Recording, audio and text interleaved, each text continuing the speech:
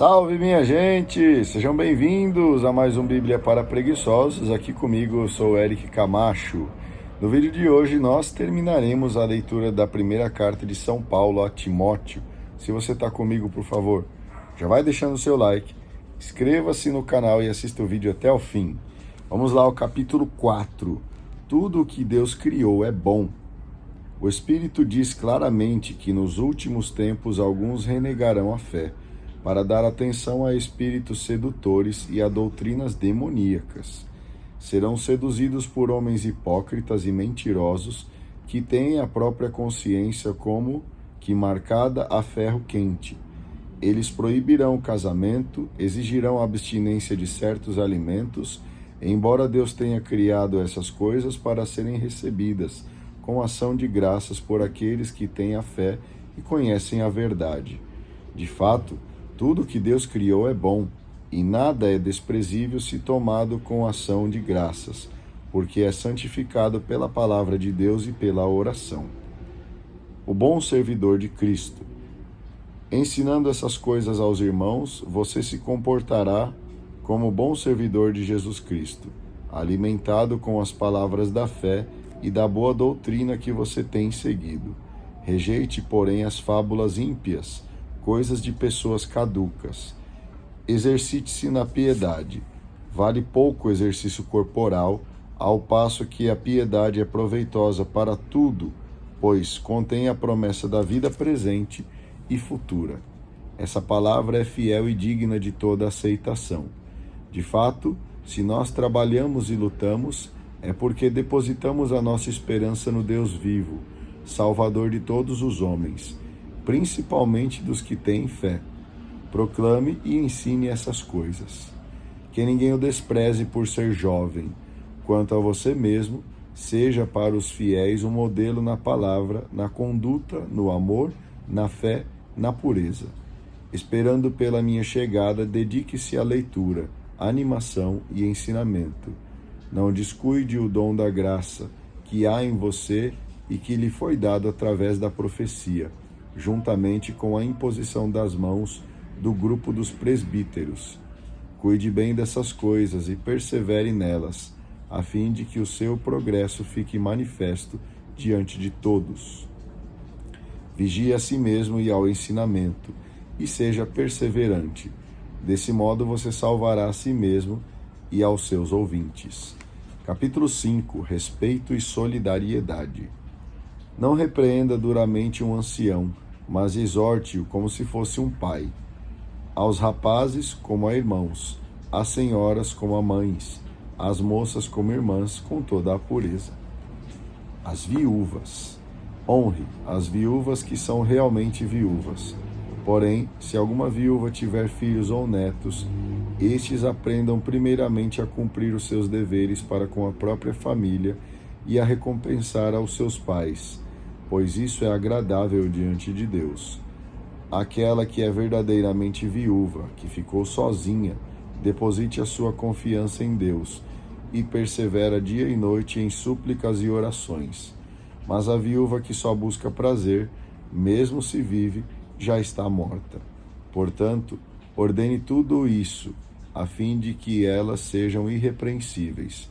Se alguém não cuida dos seus, e principalmente dos que são de sua própria casa, esse renegou a fé, e é pior que um incrédulo. A mulher só será inscrita no grupo das viúvas com 60 anos, e não menos, se tiver sido esposa de um só marido, se tiver em seu favor o testemunho de suas boas obras, criado filhos, sido hospitaleira, lavado os pés dos fiéis, socorrido os atribulados, aplicada a toda boa obra. Rejeite as viúvas mais jovens, pois, quando seus desejos se afastam de Cristo, elas querem se casar, tornando-se censuráveis, pois por terem rompido o seu primeiro compromisso. Além disso, elas aprendem a viver ociosas, correndo de casa em casa. Elas não são apenas desocupadas, mas também fofoqueiras e indiscretas, falando o que não devem. Desejo, pois, que as viúvas jovens se casem, criem filhos e dirijam a sua casa para não darem ao adversário nenhuma ocasião de maledicência. porque já existem algumas que se desviaram seguindo a Satanás. Se um fiel tem viúvas em sua família, preste socorro a elas. Não se onere a igreja, a fim de que esta possa ajudar aquelas que são verdadeiramente viúvas. Os presbíteros. Os presbíteros que exercem bem a presidência são dignos de dupla remuneração, sobretudo os que trabalham no ministério da palavra e da instrução. De fato, assim diz a Escritura: não amordace o boi que debulha, e ainda, o operário é digno do seu salário. Não aceite denúncia contra um presbítero, a não ser sob depoimento de 2 ou 3 testemunhas. Repreenda diante de todos os presbíteros que pecam, a fim de que os demais temam. Eu conjuro você diante de Deus, de Jesus Cristo e dos anjos eleitos. Observe essas regras, sem preconceito, nada fazendo por favoritismo. Não tenha pressa de impor as mãos em alguém para não ser cúmplice dos pecados de outrem. Conserve-se puro, não continue a beber somente água. Tome um pouco de vinho por causa do estômago e das frequentes fraquezas que você tem. Os pecados de alguns homens se manifestam antes do julgamento, os de outros se manifestam depois. Do mesmo modo, as boas obras são evidentes, e as outras não conseguem ficar ocultas. Capítulo 6. Os escravos.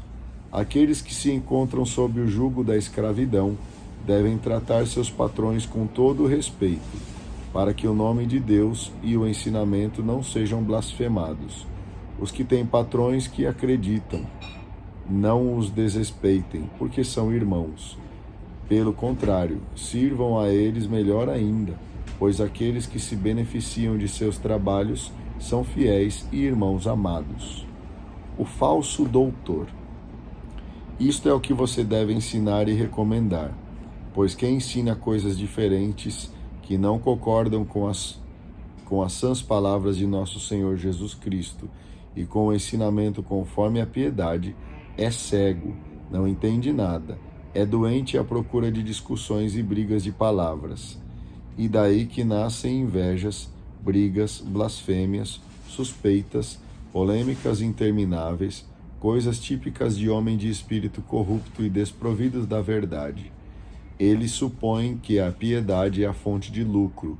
De fato, a piedade é grande fonte de lucro.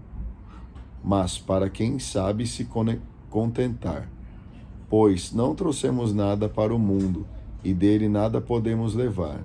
Se temos o que comer e com o que nos vestir, fiquemos contentes com isso.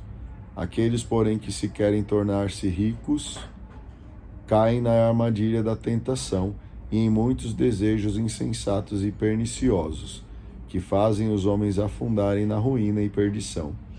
Porque a raiz de todos os males é o amor ao dinheiro. Por causa dessa ânsia de dinheiro, alguns se afastaram da fé e afligem a si mesmos com muitos tormentos. O verdadeiro doutor. Você, porém, homem de Deus, fuja dessas coisas. Procure a justiça, a piedade, a fé, o amor, a perseverança, a mansidão. Combata o bom combate da fé. Conquiste a vida eterna, para a qual você foi chamado.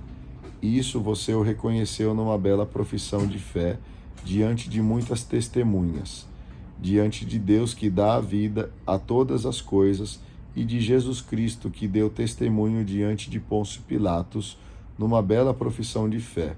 Eu ordeno a você, guarde o mandamento puro, de modo irrepreensível, até na aparição de nosso Senhor Jesus Cristo.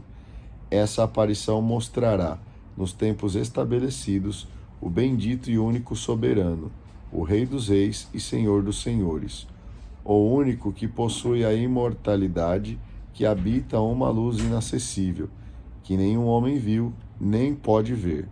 A ele honra e poder eterno. Amém. Os ricos e a conversão.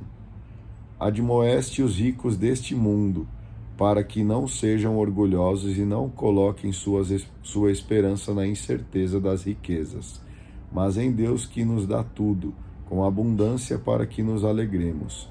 Que eles façam o bem, se enriqueçam de boas obras, Sejam prontos a distribuir, capazes de partilhar. Desse modo, estão acumulando para si mesmo um belo tesouro para o futuro, a fim de obterem a verdadeira vida. Saudações finais.